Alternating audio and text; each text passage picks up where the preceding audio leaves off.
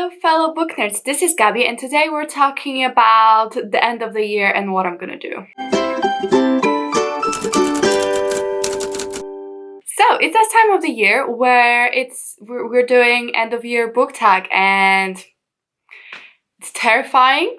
It's November already. It's only a month, well, 2 months, month and a half left, and I am ready. I feel like I'm ready. We can do this. Come on, guys, we can do this.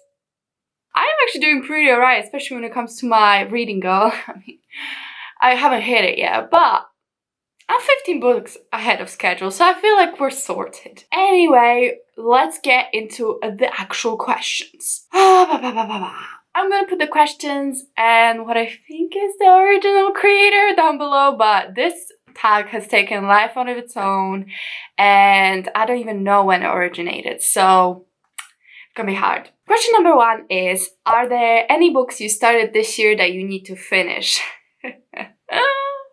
I feel like it doesn't matter if I answer this question now or in December, it's gonna be the same answer. And it is the Wheel of Time series, or the Wheel of Time first book, because I'm still the first book.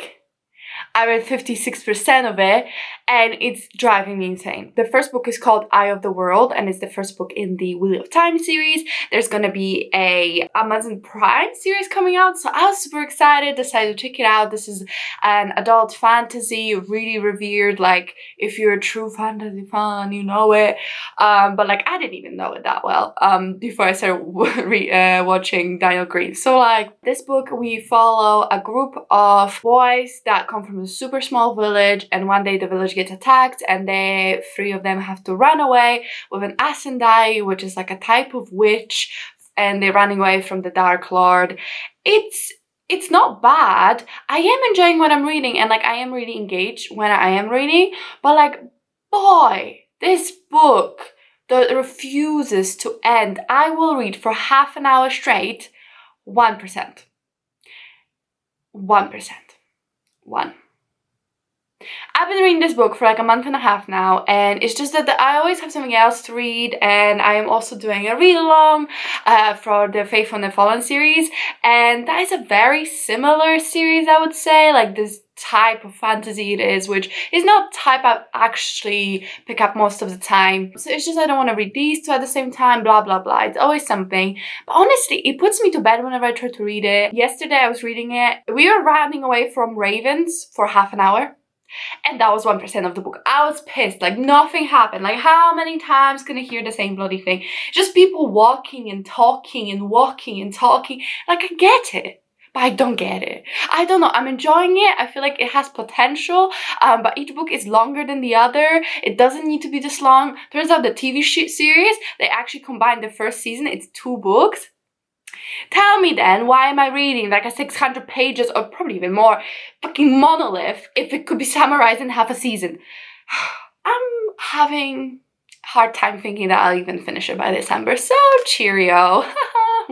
Next question is, do you have an autumnal book to transition into the end of the year? So I've been on this crazy horror kick. I've made loads of videos if you guys want to check them out, all about different types of like scary books, thrillers, all of Halloween content basically, and I've been really enjoying that, and I think it has brought me kind of into like that wintry feel, you know, something you're scared of, and then you're a little Halloween, and after Halloween everyone knows it's Christmas, November 1st, hello. But book that I wanted to mention in particular was The Death of Jane Lawrence. So I did a dedicated video for this book where I talk about why it's a perfect modern gothic, and I stand by that. But yeah, in this book we follow Jane Lawrence, something else, and she wants to get married, but she just wants a marriage convenience because she needs basically someone to be kind of her beard because she just wants to be alone. And she chooses this man who seems very charismatic. He's a doctor,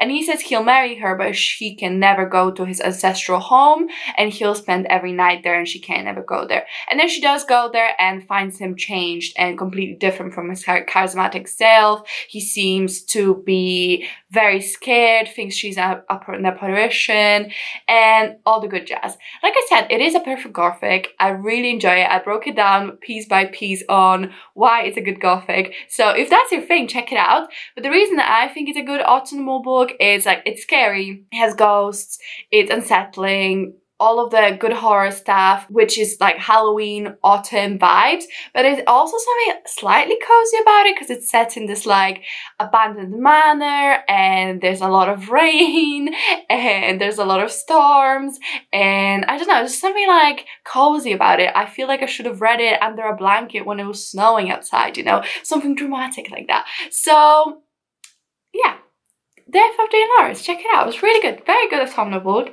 That's what I think. Next question is there a new release you're still waiting for? And this is an interesting one because if you don't know, I do a video every month where I talk about releases coming out the following month. So in January, in December, I'll talk about January releases and all of that.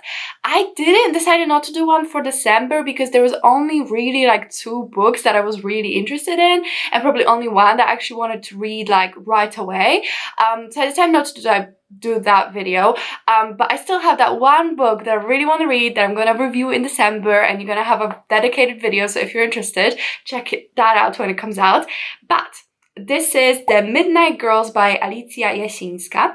So this book is I think LGBTQ plus high fantasy, I want to say, and what excites me about it is that it's by Polish author. So I don't actually think she was born in Poland. I did read her bio yesterday. I think it said either Canada or maybe Australia. I don't know. She was born somewhere, right? But that doesn't matter because Alicia Jasinska is a Polish name if I've ever heard one. If you don't know, I'm also Polish, so hello, there you go. I want to support a fellow Polish person, and it seems like she's written a really cool book, and it seems like there's loads of like Polish words and concepts and all of that, so that really, really excites me.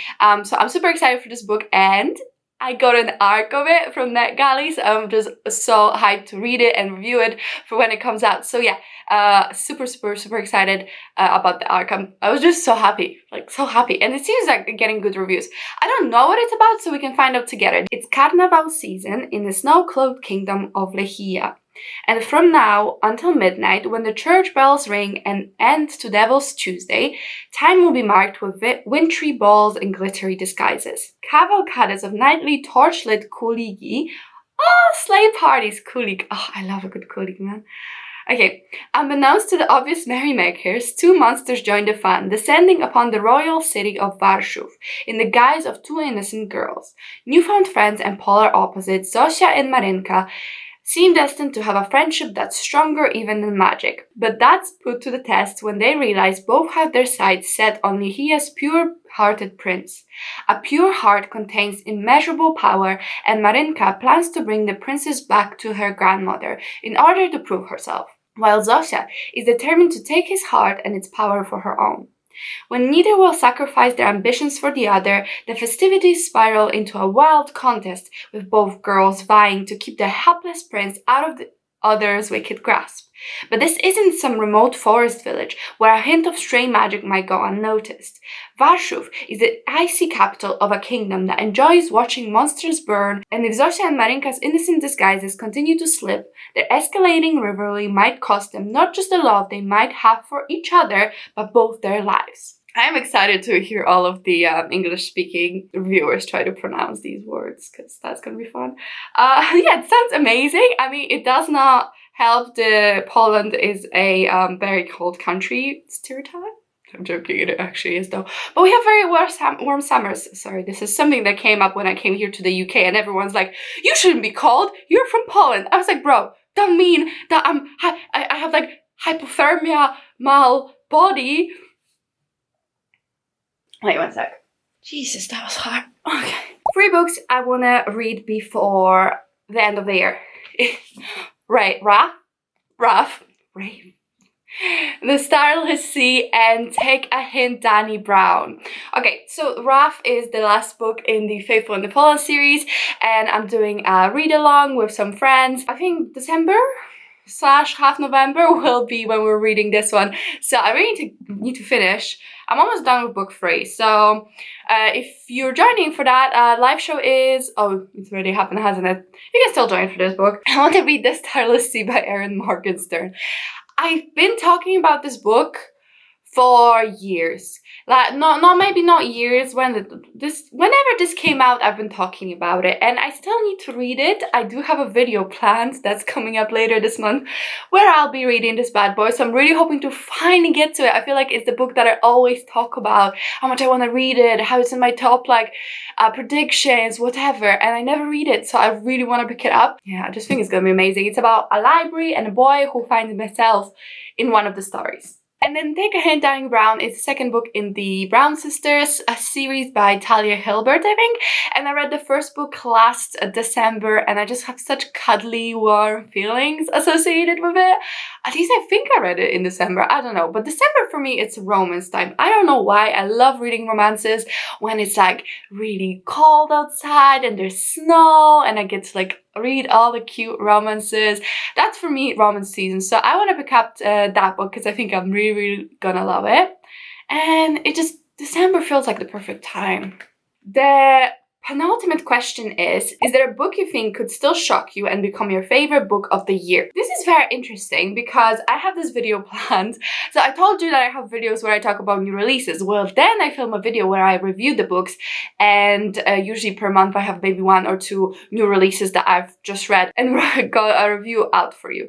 But there were books that I really wanted to read throughout the year. There were new releases and I didn't get to, so I'm doing a really cool vlog where I'm gonna be talking about 3 books that I really wanted to get to this year, didn't end up getting to them, so I'm reading it now. So 3 books that I'm going to be reading is Blackwater Sister, A City Beautiful, and In My Dreams I Hold a Knife. And I think one of these books has potential to shock me and become my favorite book, because I feel like maybe I'd be surprised with any of these if they become my favorite books. Like I read Sword of Kaigen this year, so if any of these will beat Sword of Kaigen, fair enough. Like I've read some really good books this year, so like fair enough. But like In My Dreams I Hold a Knife is a thriller, and I have no expectations toward it except that I really like the title. So like if that one came out and became my favorite, the shock, the pizzazz would just be too much. And the last question is, have you already started making reading plans for 2022? Oh boy, yes I have.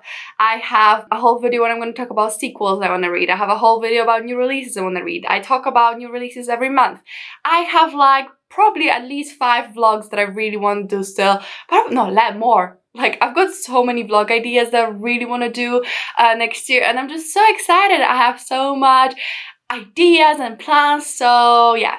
I mean, if you want to support my ideas and plans, if you wanted to subscribe, I wouldn't say like don't do it. So 2021 has been a really good year for my channel. I feel like I really found videos I enjoy. I found videos that I enjoy that actually perform well. So all of that's been really amazing, and I just wanted to say thank you anyways as well, because I'm like 830 something subscribers, and like that just warms my heart, because I think last year I was like 500, so just getting this high up is really amazing to me. My goal for the year was 1,000, but it was always like a very out there goal that like if I hit that anyway, anytime, I'd be so happy. So thank you so much for all of your support. Let me know what are your plans for the rest of 2021. Let's make it the best one yet. I hope you do amazingly and you're very happy with your reading and you read good books, because that's what we need. But thank you so much for watching. If you enjoyed the video, if you could comment, like and subscribe, I'd really appreciate it. It really helps me out. But that's it from me, and I'll see you in my next one. Bye!